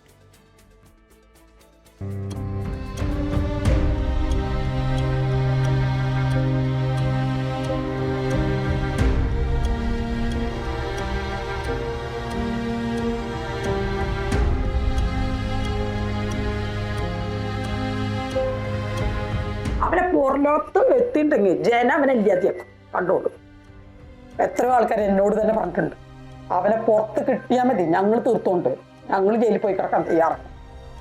അതങ്ങ് സംഭവിക്കാൻ പോണത് അവന്റെ നാശത്തിന് അവൻ ജയിലിൽ ചാടിയത്. ഗോവിന്ദച്ചാമി കണ്ണൂർ സെൻട്രൽ ജയിലിൽ നിന്ന് ചാടിയ വാർത്ത 24 ആണ് സൗമ്യയുടെ അമ്മ സുമതിയെ ഫോണിൽ വിളിച്ചറിയിച്ചത്. ആ നിമിഷം മുതൽ സുമതിയുടെ മുഖത്ത് ആശങ്കയും അമർഷവും. മണിക്കൂറുകൾക്കകം ഗോവിന്ദച്ചാമിയെ കണ്ണൂരിൽ നിന്ന് തന്നെ പിടിച്ചു എന്ന വാർത്ത വന്നു. അത് പറയാതിരിക്കാൻ പറ്റില്ല. അത് വലിയൊരു സന്തോഷമുള്ള ഒരു കാര്യമാണ്, മനുഷ്യന് ഒരു ആശ്വാസമുള്ള കാര്യമാണ്. എന്തായാലും ഇവനെ പിടിച്ച ആൾക്കാരോടാണ് ആദ്യം നന്ദി പറയുന്നത്. എന്താ പറയേണ്ടതെന്ന് എനിക്ക് അവരുടെ കാര്യത്തിൽ അറിയില്ല. കാരണം എനിക്ക് ഒന്നും അവരോട് പറയാണ്ടായിരുന്നു, അത് കിട്ടിയപ്പോൾ തന്നെ അവനെ കൊല്ലായിരുന്നില്ലേ എന്ന്. കണ്ണൂർ സെൻട്രൽ ജയിലിലെ സുരക്ഷാ വീഴ്ച അന്വേഷിക്കണം. ഗോവിന്ദച്ചാമിയെ ഇനി പുറത്തു കടക്കാൻ അനുവദിക്കരുത്. ഗോവിന്ദച്ചാമി പിച്ചു ചീന്തിയ ആ മകളുടെ അമ്മ വിതുമ്പലോട് ആവശ്യപ്പെടുന്നു. രാജീവ് സുദേവിനൊപ്പം ശ്രീജിത് ശ്രീകുമാരൻ, 24 പാലക്കാട്. കുറ്റവാളികൾക്ക് ജയിലുകളിൽ സ്വൈര്യവിഹാരമെന്ന് പ്രതിപക്ഷ നേതാവ് വി ഡി സതീശൻ. കണ്ണൂർ ജയിൽ ഭരിക്കുന്നത് പ്രതികളെന്നും പ്രതിപക്ഷ നേതാവിന്റെ വിമർശനം. ഗോവിന്ദച്ചാമി ജയിൽ ചാടിയതിൽ ജയിൽ ഉദ്യോഗസ്ഥർക്ക് പങ്കുണ്ടെന്ന് UDF കൺവീനർ അടൂർ പ്രകാശ് ആരോപിച്ചു. സംഭവത്തിൽ CBI അന്വേഷണം വേണമെന്ന് K സുധാകരൻ MP ആവശ്യപ്പെട്ടു. പ്രതിയെ സഹായിച്ചവരെ നിഷ്പക്ഷമായ അന്വേഷണത്തിലൂടെ കണ്ടെത്തണമെന്ന് BJP നേതാവ് V മുരളീധരനും ആവശ്യപ്പെട്ടു. ഒരുപാട് ദുരൂഹതകളാണ് ആ ജയിൽ ചാട്ടത്തിലുള്ളത്. ആ അപ്പുറത്തേക്ക് ചാടി ഇയാൾ ഒറ്റയ്ക്ക് രക്ഷപ്പെട്ടു എന്ന് പറയുന്നത് അവിശ്വസനീയമാണ്. ജയിലിൻ്റെ അകത്തു നിന്നും ജയിലിൻ്റെ പുറത്തു നിന്നും തീർച്ചയായിട്ടും ഇയാൾക്ക് എല്ലാ പിന്തുണയും കിട്ടിയിട്ടുണ്ട്, ഒരു സംശയമില്ല. കണ്ണൂർ സെൻട്രൽ ജയിൽ പ്രതികളാണ് ഭരിക്കുന്നതെന്ന് പ്രതിപക്ഷത്തിൻ്റെ ആരോപണമായിരുന്നു. ഇപ്പോഴല്ല, നേരത്തെ ഞങ്ങൾ പറഞ്ഞില്ല, ഞങ്ങൾ ഉന്നയിച്ച പല ആരോപണങ്ങൾക്കും പിന്നീട് വരുന്ന സംഭവങ്ങൾ അടിവരയിടുന്നു. ജയിൽ വകുപ്പിൻ്റെ അനാസ്ഥയാണ് ഇത് കാണിക്കുന്നത്. ഇത്തരത്തിൽ ജയിൽ ചാടുവാനും അല്ലെങ്കിൽ അവിടെ നിന്ന് രക്ഷപ്പെടാനുമുള്ള അവസരമൊക്കെ ഒരുക്കി കൊടുക്കുന്നത് ഈ ഉദ്യോഗസ്ഥന്മാരും അതിൻ്റെ ഭാഗമായിട്ടുണ്ട് എന്ന കാര്യത്തിൽ ഒരു സംശയമില്ല. ഇങ്ങനെ ഒരു നാണം കെട്ട, ഒരു കഴിവ് കെട്ട ഒരു സർക്കാർ ഇതിനെക്കുറിച്ച് ശരിക്കും അന്വേഷിക്കണം. ഇതിനെക്കുറിച്ച് CBI കൊണ്ട് അന്വേഷിപ്പിക്കണം. കേരളത്തിലെ ഒരു സിസ്റ്റം കൂടി തകരാറിലാണ് എന്നാണ് ഇത് വ്യക്തമാക്കുന്നത്. ഇത്തരത്തിലുള്ള സംഭവങ്ങൾക്ക് പിന്നിൽ പ്രവർത്തിച്ച ആളുകളെ നിയമത്തിൻ്റെ മുന്നിൽ കൊണ്ടുവരാനും ആവശ്യമായിട്ടുള്ള നടപടികൾ കൈക്കൊള്ളണം എന്നാണ് ആവശ്യപ്പെടാൻ. വളരെ പ്രധാനപ്പെട്ട ചില വിവരങ്ങൾ കൂടി ഇപ്പോൾ വരുന്നുണ്ട്. ഇയാൾ തടവ് ചാടാൻ തീരുമാനിച്ച വിവരം അറിയാമായിരുന്നു എന്ന് ഇയാളോടൊപ്പം ഉണ്ടായിരുന്ന ഒരു തടവുകാരൻ പോലീസിന് മൊഴി നൽകിയിരിക്കുകയാണ്. ഈ സഹതടവുകാരൻ തമിഴ്നാട് സ്വദേശിയാണ്. ജയിൽ ചാട്ടത്തിനുള്ള ആസൂത്രണം ആഴ്ചകൾക്ക് മുമ്പേ തുടങ്ങി എന്നാണ് ഇയാൾ പറയുന്നത്. ഈ സഹതടവുകാരനും ജയിൽ ചാടാൻ പദ്ധതിയിട്ടിരുന്നു. എന്നാൽ ഈ കമ്പിക്കുള്ളിലൂടെ പുറത്ത് കടക്കാൻ ഇയാൾക്ക് കഴിഞ്ഞിട്ടില്ല എന്നാണ് അയാൾ ഇപ്പോൾ മൊഴി നൽകിയിരുന്നത്. അപ്പോൾ ഇതൊരു കൂട്ട് കൃഷിയായിരുന്നു എന്ന വിവരമാണ് ഇപ്പോൾ വരുന്നത്. രണ്ടുപേരും ഒരുമിച്ചാണ് ഇത് ആസൂത്രണം ചെയ്ത് നടപ്പാക്കിയത്. അതിൽ ഗോവിന്ദച്ചാമി ചാടി, ഇയാൾക്ക് ചാടാൻ കഴിഞ്ഞില്ല. അരുൺ പൂപ്പറമ്പ വിശദാംശങ്ങൾ നൽകും. അരുൺ, രണ്ടുപേരും സംയുക്തമായി നടത്തിയ നീക്കമാണല്ലേ? ഒളിഞ്ഞു പക്ഷേ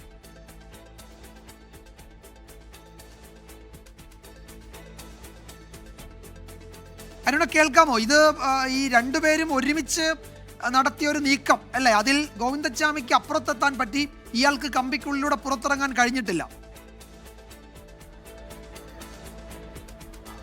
ആദ്യഘട്ടത്തിൽ ഈ സഹതടവുകാരനായിട്ടുള്ള തമിഴ്നാട് സ്വദേശിക്ക് ഈ വിവരം അറിയില്ല എന്ന തരത്തിലുള്ള കാര്യങ്ങളായിരുന്നു പുറത്തു വന്നത്. പക്ഷേ ഇപ്പോൾ ഗോവിന്ദച്ചാമിയെ ആദ്യഘട്ടത്തിൽ ചോദ്യം ചെയ്ത ഘട്ടത്തിലാണ് സഹതടവുകാരന് കൂടി ഈ വിവരം അറിയാമായിരുന്നു എന്ന വിവരം പോലീസിൽ ലഭിച്ചത്. അതിനുശേഷമാണ് ഈ സഹതടവുകാരൻ്റെ മൊഴി രേഖപ്പെടുത്തിയത്. അതിലാണ് ഇപ്പോൾ നിർണായകമായിട്ടുള്ള ഈ വിവരം ലഭിക്കുന്നത്. ഈ വിവരം നേരത്തെ തന്നെ അറിഞ്ഞിരുന്നു. ഇവർ രണ്ടുപേരും ഒരുമിച്ചാണ് ഇത് പദ്ധതിയിട്ടത്, അതായത് ജയിൽ ചാടുന്നതിന് വേണ്ടി പദ്ധതിയിട്ടത്. ഈ ഇരുമ്പ് കമ്പി മുറിക്കുന്നതിന് വേണ്ടിയിട്ടുള്ള ശ്രമങ്ങളും നടത്തിയത് ആദ്യഘട്ടത്തിൽ ഇവർ ഒരുമിച്ചായിരുന്നു. ഈ തമിഴ്നാട് സ്വദേശിയായിട്ടുള്ള സഹതടവുകാരനും ഒരുമിച്ചായിരുന്നു എന്ന വിവരമാണ് ഇപ്പോൾ ലഭിക്കുന്നത്. ഇവർ ഒരുമിച്ച് ആസൂത്രണം ചെയ്തു. പക്ഷേ ഇതിനും ഇയാൾക്ക് ഇത് മുറിച്ച് ഇത് പുറത്തേക്ക് കടക്കാൻ കഴിഞ്ഞില്ല എന്ന വിവരമാണ് ഇപ്പോൾ ഈ സഹതടവുകാരൻ്റെ മൊഴിയിൽ നിന്ന് പുറത്തു വന്നിട്ടുള്ളത്. അതായത് ഈ ഗോവിന്ദച്ചാമിയെ ചോദ്യം ചെയ്തതിലൂടെ അയാൾ നൽകിയിട്ടുള്ള വിവരമാണ് ഇത്. ഞാൻ തനിച്ചല്ല, തനിക്ക് സഹായം തൻ്റെ സഹതടവുകാരിൽ നിന്ന് ഉണ്ടായിട്ടുണ്ട്. ഞങ്ങൾ ഒരുമിച്ചാണ് ഈ കാര്യങ്ങൾ ആസൂത്രണം ചെയ്തത് എന്ന് അയാൾ അത്തരത്തിലുള്ള വിവരം നൽകിയത്.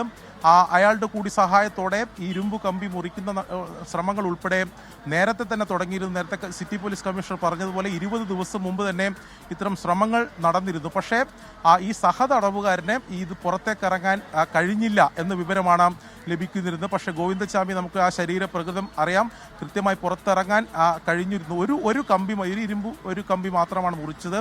അതിൻ്റെ താഴ്ഭാഗത്താണ് മുറിച്ചത് എന്നതാണ് നമുക്കിപ്പോൾ ലഭിക്കുന്ന വിവരം. അത് ശബ്ദം കേൾക്കാതിരിക്കുന്നതിന് വേണ്ടി ഈ കുളിക്കാൻ കൊടുക്കുന്ന വെളിച്ചെണ്ണ അതിൽ ഒഴിച്ചു. അതിനുശേഷം തുണി കൊണ്ട് കെട്ടിവെച്ച് ഈ ശബ്ദം പുറത്തു വരാതിരിക്കുന്നതിന് വേണ്ടിയിട്ടുള്ള ശ്രമങ്ങളും നടത്തിയിട്ടുണ്ട്. അത് ഫലം കാണുകയും ചെയ്തു. കാര്യമായ ശബ്ദം പുറത്തു വന്നില്ല. അങ്ങനെ വന്നിട്ടുണ്ടെങ്കിൽ ഏതെങ്കിലും ജയിൽ വാർഡന്മാർ ഇത് അറിയേണ്ടതായിരുന്നു. അങ്ങനെ ഒന്നും വന്നിട്ടില്ല. എന്തായാലും ഈ ഘട്ടത്തിൽ ചോദ്യം ചെയ്യലിൽ ഗോവിന്ദച്ചാമി പറഞ്ഞിട്ടുള്ളത് സഹതടവുകാരനും ഇത്തരത്തിൽ സഹായം ലഭിച്ചിട്ടുണ്ട്.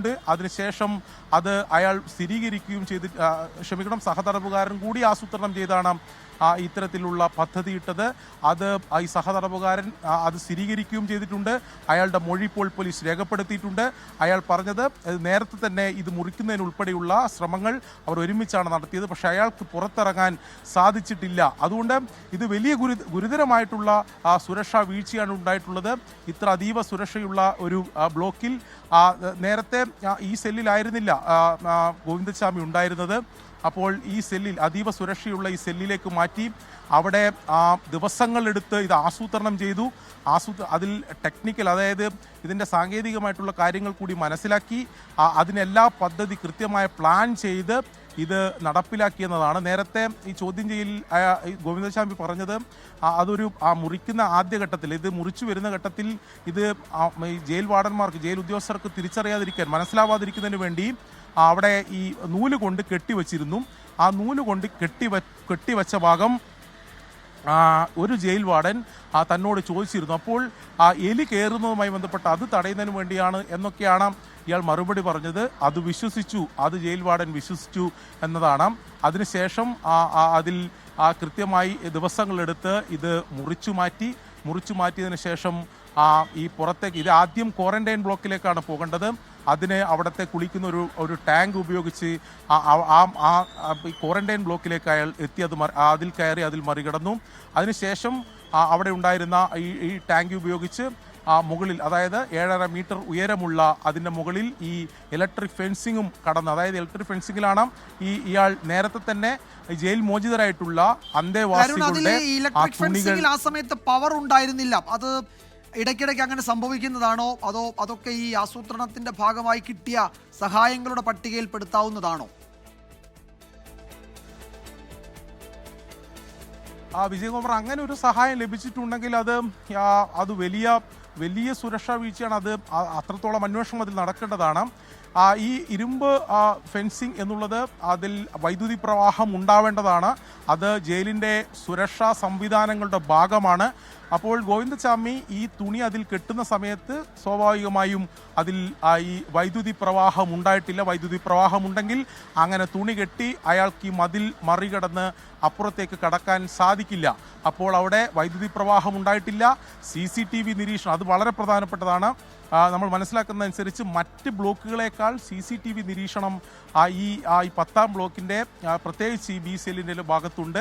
കാരണം അത് അതീവ സുരക്ഷാ സെല്ലാണ്, ഇത്തരത്തിലുള്ള കൊടും ക്രിമിനലുകളുള്ള സെല്ലാണ്. അപ്പോൾ അക്രമകാരികളായിട്ടുള്ള അവരെ പാർപ്പിച്ചിട്ടുള്ള സെല്ലാണ്. അവിടെ CCTV നിരീക്ഷണം കൂടുതൽ ശക്തമാണ്. അപ്പോൾ ഈ CCTV നിരീക്ഷിക്കുന്നതിന് വേണ്ടി രാത്രി അവിടെ ഡ്യൂട്ടിയിൽ ഉദ്യോഗസ്ഥർ ഉണ്ടാവേണ്ടതാണ് എന്നതാണ് നമുക്ക് മനസ്സിലാക്കുന്നത്. അപ്പോൾ അവർ അത് നിരീക്ഷിച്ചിട്ടില്ലേ? എന്തുകൊണ്ടാണ് ഇത്തരത്തിലുള്ള വീഴ്ചകൾ സംഭവിച്ചത്? അല്ലെങ്കിൽ ഏതെങ്കിലും തരത്തിൽ ഇയാൾക്ക് ഇത് മറികടക്കുന്നതിന് വേണ്ടിയിട്ടുള്ള സഹായം ലഭിച്ചിട്ടുണ്ടോ എന്ന സംശയമാണ് ഈ ഘട്ടത്തിൽ എന്തായാലും ഉയരുന്നത്. എന്തായാലും അതിസൂക്ഷ്മമായ ഒരു ഗോവിന്ദചാമി നടത്തിയിട്ടുള്ളത് അവിശ്വസനീയമായ ഒരു ജയിൽ ചാട്ടം തന്നെയാണ്. ശരിയായിരുന്നു. എന്തായാലും അതിലൊരു കൗതുകം, ഈ ഇത് മുറിച്ച് നൂല് കെട്ടി വെച്ചത് എന്തിന് എന്ന ചോദ്യത്തിന് എലി കയറാതിരിക്കാനാണ് എന്ന് ഇയാൾ മറുപടി പറയുന്നു. ആ വാർഡൻ അത് വിശ്വസിച്ചു പോകുന്നു. ഒരു പരീക്ഷണം നടത്തിയില്ല, അല്ലെങ്കിൽ ഒരു പരിശോധന നടത്തിയില്ല, അല്ലെങ്കിൽ ആ ഭാഗം ഒന്ന് ഇളക്കി നോക്കാൻ ശ്രമിക്കുകയോ ഒന്നും ചെയ്തില്ല, അത് വിശ്വസിച്ചു പോകുന്നു എന്നൊക്കെയാണ് ജയിൽ വാർഡൻ്റെ കാര്യത്തിൽ വരുന്ന വിവരങ്ങൾ. ഇതൊക്കെ കേരളത്തിൽ ഒരു ജയിലിൽ സംഭവിക്കുമോ എന്നത് തെല്ല അവിശ്വസനീയതയോടെ മാത്രമേ നമുക്ക് കേൾക്കാൻ കഴിയൂ. സമഗ്ര അന്വേഷണം നടത്തുമെന്നും ജയിൽ മേധാവി പറഞ്ഞിട്ടുണ്ട്. 3 പേരെ സസ്പെൻഡ് ചെയ്തിട്ടുണ്ട്. ഒരു ഉന്നത ഉദ്യോഗസ്ഥൻ കൂടി നടപടി നേരിടും. ഇന്ന് വൈകിട്ടോടെ അതിൻ്റെ വിവരങ്ങൾ വരും എന്ന് നേരത്തെ ദീപക് ധർമ്മടം റിപ്പോർട്ട് ചെയ്യുന്നുണ്ടായിരുന്നു. എന്തായാലും അങ്ങേയറ്റം അവിശ്വസനീയമായ സംഭവങ്ങൾ തന്നെയാണ്, വിശ്വസിക്കാൻ കഴിയാത്ത വിവരങ്ങൾ തന്നെയാണ് ഈ ചോദ്യം ചെയ്യലിൽ വരുന്നത്. അങ്ങനെ തന്നെയാണോ സംഭവിച്ചിട്ടുണ്ടാവുക എന്ന് നമുക്കറിയില്ല. ഏറ്റവും പുതിയ വിവരങ്ങളാണ് അരുൺ പൂപ്പറമ്പ് നൽകിയത്. 2011 ഫെബ്രുവരി 1-നാണ് കേരളത്തെ ഞെട്ടിച്ച ബലാത്സംഗവും ക്രൂര കൊലപാതകവും നടന്നത്.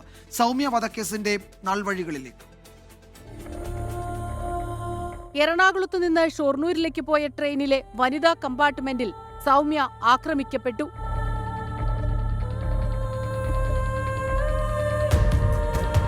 ഫെബ്രുവരി 3-ന് പാലക്കാട് റെയിൽവേ സ്റ്റേഷനിൽ തമിഴ്നാട് സ്വദേശി പിടിയിലായി. പിടിയിലായത് തമിഴ്നാട് സ്വദേശി ഗോവിന്ദചാമിയാണെന്ന് സ്ഥിരീകരിച്ചു. ഗുരുതരമായി പരുക്കേറ്റ സൗമ്യ ഫെബ്രുവരി 6-ന് തൃശൂർ മെഡിക്കൽ കോളേജ് ആശുപത്രിയിൽ മരിച്ചു. ഫെബ്രുവരി 4-ന് അറസ്റ്റ് രേഖപ്പെടുത്തി. ജൂൺ 6-ന് തൃശൂരിലെ അതിവേഗ കോടതിയിൽ വിസ്താരം തുടങ്ങി. വിചാരണ നടപടികൾ 5 മാസം കൊണ്ട് പൂർത്തിയായി. ദൃക്സാക്ഷികളില്ലാതിരുന്ന കേസിൽ സാക്ഷിമൊഴികളുടെയും സാഹചര്യ തെളിവുകളുടെയും അടിസ്ഥാനത്തിലാണ് വിചാരണ പൂർത്തിയാക്കിയത്. നവംബർ 11-ന് ഗോവിന്ദചാമിയെ വധശിക്ഷയ്ക്ക് വിധിച്ചു. അപൂർവങ്ങളിൽ അപൂർവമായ കേസെന്ന് കോടതി കണ്ടെത്തി. പ്രതി മുൻപും ശിക്ഷിക്കപ്പെട്ടിരുന്നുവെന്നും കണ്ടെത്തി. 2013 ഡിസംബർ 17-ന് അതിവേഗ കോടതിയുടെ ഉത്തരവ് ഹൈക്കോടതി ശരിവച്ചു. 2014 ജൂൺ 9-ന് വധശിക്ഷ പുനഃപരിശോധിക്കണമെന്നാവശ്യപ്പെട്ട് ഗോവിന്ദചാമി സുപ്രീംകോടതിയിൽ ഹർജി നൽകി. 2016 സെപ്റ്റംബർ 15-ന് സുപ്രീംകോടതി കൊലപാതക കുറ്റം സംശയാതീതമായി തെളിയിക്കാൻ പ്രോസിക്യൂഷന് കഴിഞ്ഞില്ലെന്ന് വിധിക്കുകയും വധശിക്ഷ 7 വർഷത്തെ കഠിന തടവായി കുറയ്ക്കുകയും ചെയ്തു. ഗുരുതരമായി പരിക്കേറ്റ് കിടന്ന ഇരയോട് കാണിച്ച ക്രൂരത കണക്കിലെടുത്ത് കീഴ്ക്കോടതി നൽകിയ ജീവപര്യന്തം തടവ് ശിക്ഷയും അംഗീകരിച്ചു. Research desk 24. വയനാട്ടിൽ നിന്ന് സുർജിത് അയ്യപ്പത്ത് ഒരു പ്രധാനപ്പെട്ട വിവരം ഈ ഘട്ടത്തിൽ പങ്കുവയ്ക്കുന്നുണ്ട്. വാഹന പരിശോധനയ്ക്കിടെ താമരശ്ശേരി ചുരത്തിൽ വ്യൂ പോയിന്റിൽ നിന്ന് ഒരു യുവാവ് താഴേക്ക് ചാടി. അയാൾ ലക്കിടി വ്യൂ പോയിന്റിന് സമീപമായിരുന്നു ഈ സംഭവം. മലപ്പുറം സ്വദേശിയായ യുവാവിനെ കണ്ടെത്താൻ തെരച്ചിൽ നടത്തുകയാണ്. ഈ പരിശോധനയ്ക്കിടെ കാറിൽ നിന്ന് ലഹരി പിടിച്ചതിന് പിന്നാലെ ഇയാൾ താഴേക്ക് ചാടുകയായിരുന്നു എന്നാണ് വയനാട് ബ്യൂറോ റിപ്പോർട്ട് ചെയ്യുന്നത്. ഫയർഫോഴ്സും പോലീസും ഒക്കെ തെരച്ചിൽ നടത്തുന്നുണ്ട്. അപ്പോൾ ലഹരി പിടിച്ചതിന് പിന്നാലെ പോലീസിനെ വെട്ടിച്ച് കടക്കാനാണോ എന്തിനാണ് എന്നറിയില്ല. അയാൾ താഴേക്ക് ചാടിയിട്ടുണ്ട്, കണ്ടെത്തിയിട്ടില്ല. അവിടെ തെരച്ചിൽ തുടരുന്നു. നമ്മൾ ഇതുൾപ്പെടെ വളരെ പ്രധാനപ്പെട്ട വാർത്തകൾ ബാക്കിയുണ്ട്. ഇടവേളയ്ക്ക് ശേഷം അതിലേക്ക് വരും. This is 24.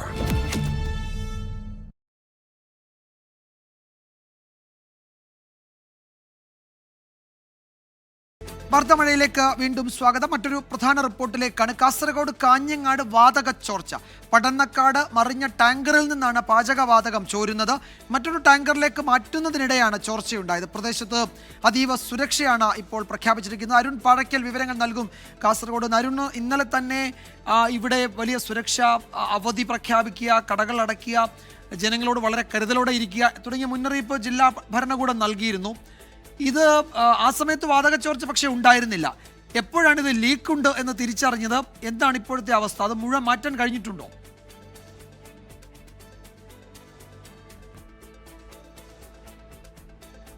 വിജയകുമാർ, ഇന്ന് രാവിലെ 9 മണി മുതലാണ് ഈ വാതക ചോർച്ച ഉണ്ടായത്. ഇന്ന് രാവിലെ 9 മണിക്ക് ശേഷം മറ്റൊരു ടാങ്കറിലേക്ക്, മംഗലാപുരത്ത് നിന്ന് മറ്റൊരു ടാങ്കറിലേക്ക് പാചകവാതകം മാറ്റുമെന്നായിരുന്നു ഇന്നലെ ജില്ലാ ഭരണകൂടവും പോലീസും ഉൾപ്പെടെ അറിയിച്ചിരുന്നത്. അതിന് പിന്നാലെ 9 മണിയോടുകൂടി ഇതിന് നടപടിക്രമങ്ങൾ ആരംഭിച്ചു. ആ ഘട്ടത്തിലാണ് വാൾവിൽ ചോർച്ച കണ്ടെത്തിയത്. ചോർച്ച ഇതുവരെയും അടയ്ക്കാൻ സാധിച്ചിട്ടില്ല. ഇപ്പോൾ ചെയ്യുന്നത് ഈ ഫയർഫോഴ്സ് വാഹനം അവിടേക്ക് എത്തി വെള്ളം ഉപയോഗിച്ചുകൊണ്ട് അതിൻ്റെ ഒരു പ്രഷർ കുറയ്ക്കാനുള്ള നടപടിക്രമങ്ങളാണ് നിലവിൽ നടക്കുന്നത്. 4 യൂണിറ്റ് ഫയർഫോഴ്സ് ഇപ്പോൾ ഈ സ്ഥലത്തുണ്ട്. ഞാനിപ്പോൾ നിൽക്കുന്ന ഈ ഒരു പ്രദേശത്ത് നിന്ന് ഇപ്പോൾ ഇതാ ദൃശ്യങ്ങളിൽ കാണാവുന്ന പോലെ തന്നെ ഞാൻ അലാമിപ്പള്ളി പരിസരത്താണ്. ഇവിടെ പോലീസ് വാഹനങ്ങളൊക്കെ തന്നെ വഴിതിരിച്ചു വിടുന്നുണ്ട്. ഇവിടെ നിന്ന് അങ്ങോട്ട് വാഹനങ്ങൾ കടത്തി വിടുന്നില്ല.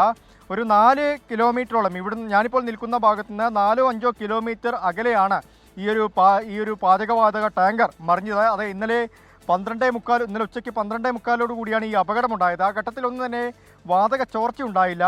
ഇന്ന് 9 മണിയോടുകൂടി വാതക ചോർച്ച ആരംഭിച്ചു. ഇപ്പോൾ NDRFിൻ്റെയും അതുപോലെ തന്നെ ഫയർഫോഴ്സിൻ്റെയും സംഘങ്ങൾ അവിടെയുണ്ട്. അവർ ഈ സുരക്ഷാ ക്രമീകരണങ്ങളൊക്കെ തന്നെ നടത്തുന്നുണ്ട്. മംഗലാപുരത്ത് നിന്ന് വിദഗ്ധരെത്തണം.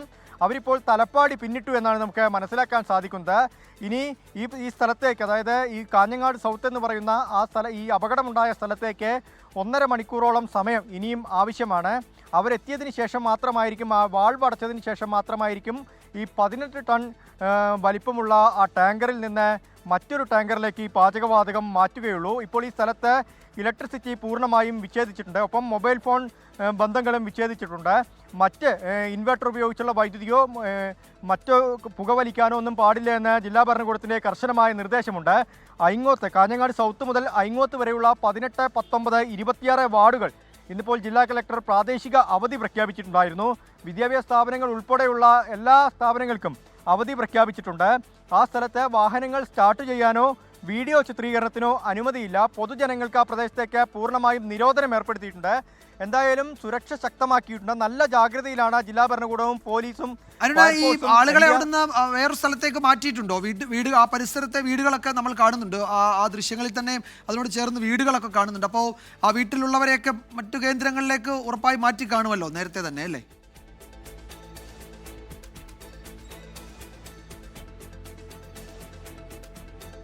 വിജയകുമാർ, അത് രാവിലെ 9 മണിക്ക് മുൻപുള്ള ദൃശ്യങ്ങളാണ് നമ്മൾ കാണിക്കുന്നത്. ഈ ഘട്ടത്തിൽ നമുക്ക് അങ്ങോട്ട് പോവാൻ സാധ്യമല്ല. അതായത് ജില്ലാ ഭരണകൂടം നേരത്തെ തന്നെ പറഞ്ഞിരുന്നു 9 മണിക്ക് ശേഷം ഈ വാതകം മറ്റൊരു ടാങ്കറിലേക്ക് മാറ്റാൻ നീക്കം തുടങ്ങിക്കഴിഞ്ഞാൽ അങ്ങോട്ട് ആർക്കും പ്രവേശനമില്ലെന്ന് നേരത്തെ തന്നെ മുന്നറിയിപ്പ് നൽകിയതാണ്. രാവിലെ 9 മണിക്ക് മുൻപുള്ള ദൃശ്യങ്ങളാണ് നമ്മൾ കാണുന്നത്. ആ വീടുകളിൽ നിന്നൊക്കെ, അതായത് അപകട സാധ്യതയുള്ള സ്ഥലങ്ങളിൽ നിന്നൊക്കെ ആളുകളെ നിലവിൽ മാറ്റിയിട്ടുണ്ട്. ഇനി മംഗലാപുരത്ത് നിന്നുള്ള വിദഗ്ധ സംഘം ഇവിടേക്ക് എത്തിയ വാതക ചോർച്ച അടച്ചതിന് ശേഷം മാത്രമായിരിക്കും മറ്റൊരു ടാങ്കറിലേക്ക് പാചകവാതകം മാറ്റുന്നതിനുള്ള നടപടികൾ പുരോഗമിക്കുകയുള്ളൂ. എന്തായാലും ഇന്ന് തന്നെ ആ നടപടിക്രമങ്ങളൊക്കെ തന്നെ പൂർത്തിയാക്കാൻ കഴിയുമെന്നാണ് വിശ്വസിക്കുന്നത്. വിജയകുമാർ. യെസ്, എന്തായാലും വലിയ ജാഗ്രത ആ മേഖലയിലുണ്ട്. വിദഗ്ധ സംഘം 1.5 മണിക്കൂർ കഴിയും ഈ സംഭവ സ്ഥലത്ത് എത്താൻ.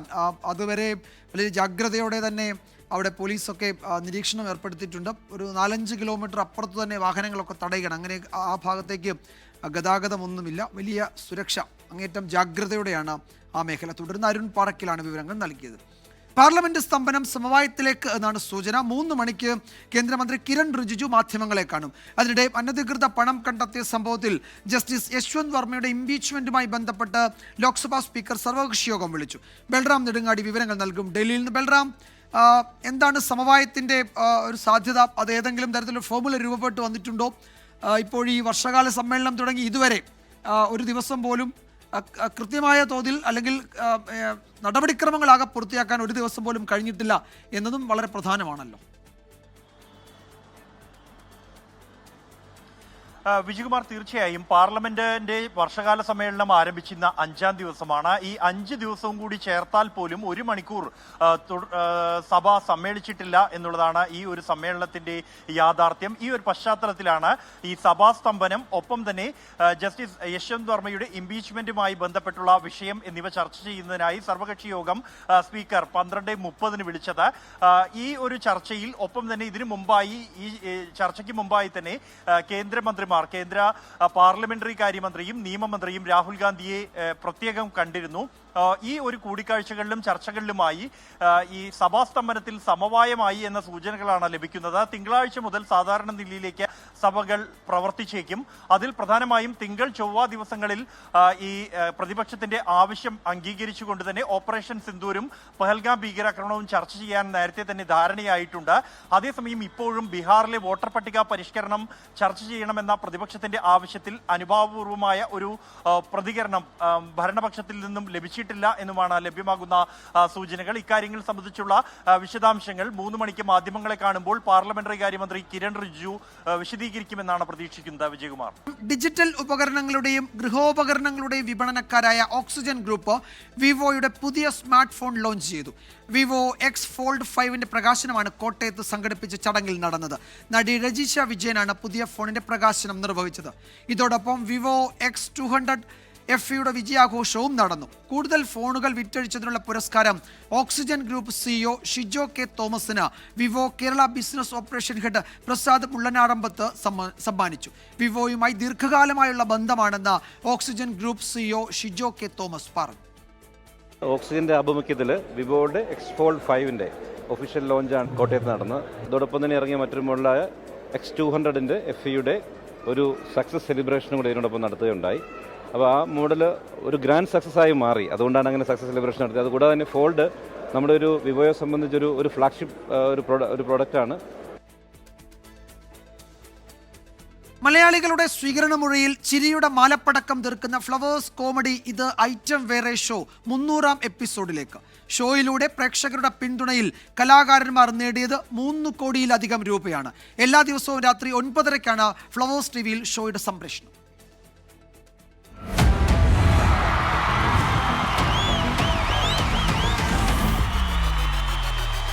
300ാം എപ്പിസോഡിന്റെ നിറവിലാണ് ചിരിപ്പൂരം തീർത്ത ഫ്ലവേഴ്സ് കോമഡി ഇത് ഐറ്റം വേറെ ഷോ. പ്രേക്ഷക പിന്തുണയിൽ ഇത് ഐറ്റം വേറെ ജൈത്രയാത്ര തുടരുകയാണ്. ഏറ്റവും ചുരുങ്ങിയ സമയം കൊണ്ട് ഒരു ഷോ 300 ആകുന്നത് ടെലിവിഷൻ ചരിത്രത്തിൽ ഇതാദ്യമായിട്ടാണ്.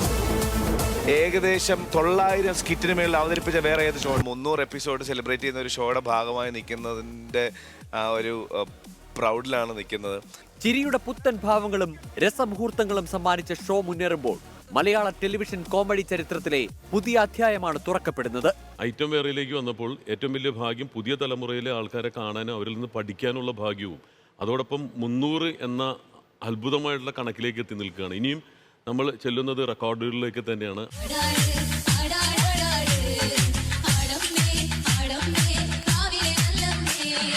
തീർത്തും സാധാരണക്കാരായ കലാകാരന്മാർ വേദിയിൽ നിറഞ്ഞാടിയപ്പോൾ പ്രേക്ഷകർ ഇരുകൈയും നീട്ടി സ്വീകരിച്ചു.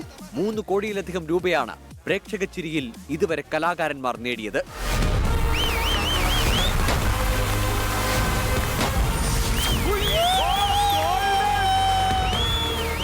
നിർധനരായ നിരവധി കലാകാരന്മാർക്ക് വീട് ലഭിക്കുന്നതിനും ഷോ വഴിവെച്ചു. കുഞ്ഞുങ്ങൾക്ക് വിദ്യാഭ്യാസ പിന്തുണയും പ്രതീക്ഷയുടെ പുതുനാമ്പുകളാണ് ഫ്ലവേഴ്സ് TV കലാകാരന്മാർക്ക് നൽകിയത്. കരുണയുടെയും സ്നേഹത്തിന്റെയും വാതിലുകൾ തുറന്നപ്പോൾ മറ്റ് ഹാസ്യ പരിപാടികളെ ബഹുദൂരം പിന്നിലാക്കി ചിരിപ്പൂരം തീർത്തു ഫ്ലവേഴ്സ് കോമഡി ഇത് ഐറ്റം വേറെ. ഗംഭീര സ്കിറ്റ് ആയിരുന്നു. ഞാൻ ഭയങ്കരമായിട്ട് എൻജോയ് ചെയ്തു. എന്റെ പേര് അന്നത്രസ്യ. അത് ഒരു മരുന്നില്ലേ അത്? അത് അനസ്തേഷ്യ. എല്ലാം ഫ്രഷ് കൗണ്ടറുകൾ ആയിരുന്നു. ഇവിടെ നല്ല നാടൻ ചീരയുടെ കേട്ടിട്ട് വന്നതാ. എല്ലാ ദിവസവും രാത്രി 9:30 ഫ്ലവേഴ്സ് കോമഡി ഇത് ഐറ്റം വേറെ സംപ്രേഷണം. ഫ്ലവേഴ്സ് കോമഡി ഇത് ഐറ്റം വേറെ. ഈ ഐറ്റം വേറെ ലെവൽ. 24 കൊച്ചി. ഈ റിപ്പോർട്ടോടെ വാർത്താമഴ അവസാനിക്കുന്നു.